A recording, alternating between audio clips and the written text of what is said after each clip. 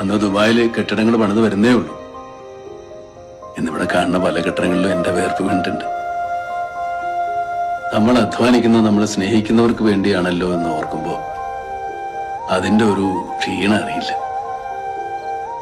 നമ്മളിവിടുന്ന് അയച്ചു കൊടുക്കുന്ന പൈസക്ക് അവിടെ ഒരു കാര്യം നടന്നു എന്നറിയുമ്പോൾ ഒരു സന്തോഷ.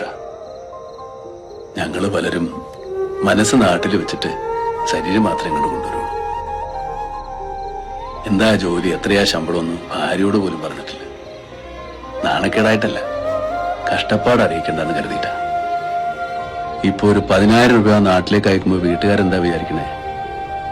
20,000 കിട്ടി, അതില് 10 മിച്ചം വെച്ചു 10 അയച്ചോളുന്ന. സത്യത്തില് 7,000 കിട്ടിയിട്ട് 3,000 കടം വാങ്ങിയിട്ട് അയക്കുന്ന. തിരിച്ചു കിട്ടുമെന്ന് കരുതി ആർക്കും ഒരു സഹായവും ചെയ്തിട്ടില്ല.